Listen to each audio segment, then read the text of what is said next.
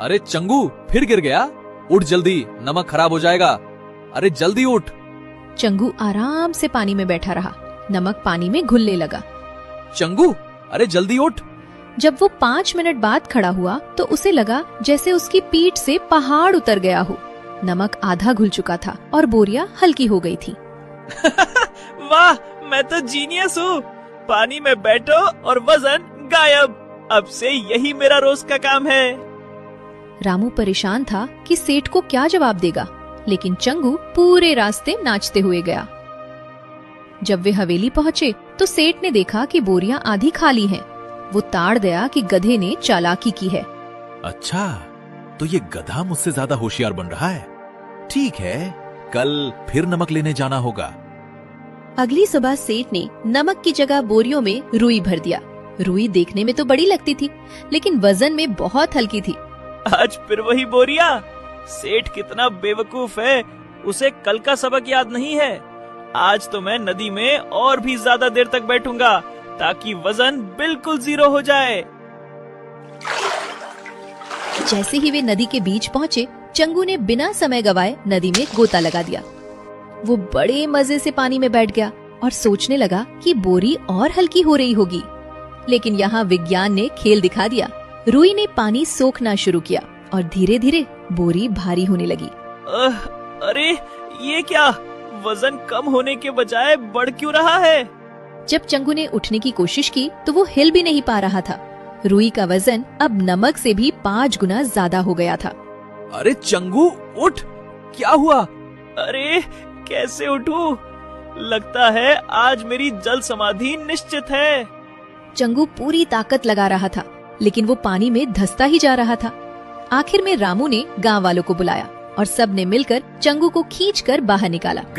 चंगू बाहर निकला तो ऐसा लग रहा था जैसे उसने पूरी नदी अपनी पीठ पर उठा रखी हो। मेरी कमर टूट गई, अब कभी पानी के पास नहीं जाऊंगा।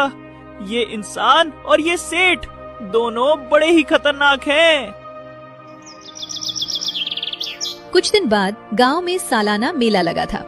रामू अपनी लकड़ियां बेचने मेले में पहुंचा था, लेकिन वहां उसने एक पोस्टर देखा।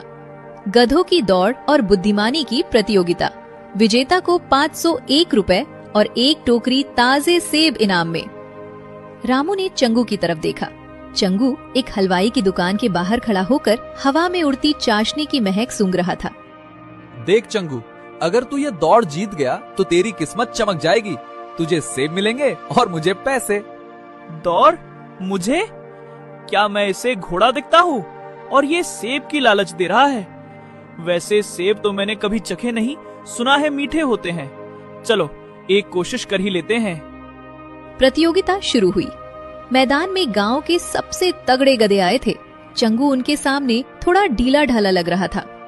ये कोई साधारण दौड़ नहीं है। गधों को अपने मालिक के साथ दौड़ना है और रास्ते में भूल भुलैया पार करनी है।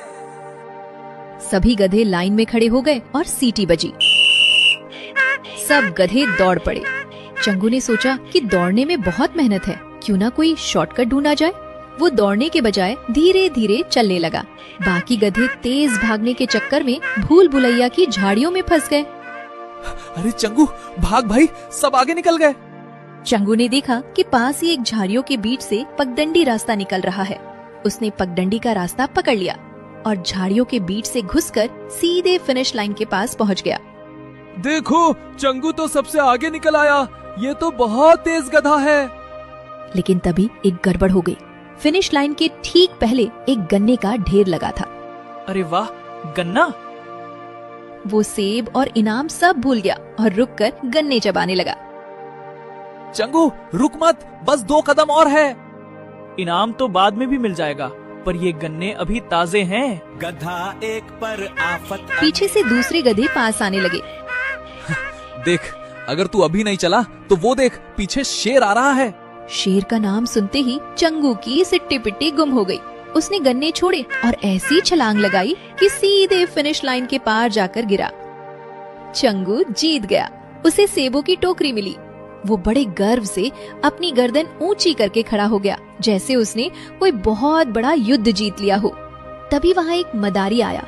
उसने देखा कि चंगू काफी चर्चा में है। रामू भाई, ये गधा तो बड़ा होनहार है, क्या तुम इसे मेरे सर्कस के लिए दोगे? मैं इसे दुनिया घुमाऊंगा। चंगू ने जब दुनिया घूमने की बात सुनी तो उसकी आंखों में चमक आ गई। अरे वाह, इससे अच्छा मौका और नहीं मिल सकता। यहाँ लकड़ियाँ ढोते ढोते मेरी पीठ छिल गई है। सर्कस में तो बस नाचूंगा और तालियां बटोरूंगा। नहीं भाई, चंगू मेरा दोस्त है, मैं इसे किसी को नहीं दूंगा। लेकिन चंगू ने ड्रामा शुरू कर दिया। उसने रामू के पास से जाकर मदारी की तरफ खड़ा हो गया। लगता है चंगू अब मेरे साथ खुश नहीं है। ठीक है, अगर ये जाना चाहता है तो ले जाओ। मदारी चंगू को ले गया। पहले 2 दिन तो चंगू को खूब खिलाया गया, लेकिन तीसरे दिन से असली काम शुरू हुआ। उसे एक छोटे से ड्रम पर खड़े होकर संतुलन बनाना था। चल चंगू, नाच। चंगू ने कोशिश की, लेकिन वो धड़ाम से नीचे गिर गया। मदारी ने उसे छड़ी दिखाई। चंगू को अब रामू की याद आने लगी। रामू उसे डांटता जरूर था, लेकिन कभी मारता नहीं था। वहाँ उसे दिन भर प्रैक्टिस करनी पड़ती और रात को ठंडे फर्श पर सोना पड़ता। अरे बाप रे, ये सर्कस है या जेल? यहाँ तो गन्ने का एक टुकड़ा भी नसीब नहीं। रामू भाई, कहाँ हो तुम? मुझे बचा लो। एक रात चंगू ने देखा कि मदारी सो रहा है। उसने अपने दांतों से रस्सी काटने की कोशिश की। रस्सी मजबूत थी, लेकिन चंगू ने हार नहीं मानी।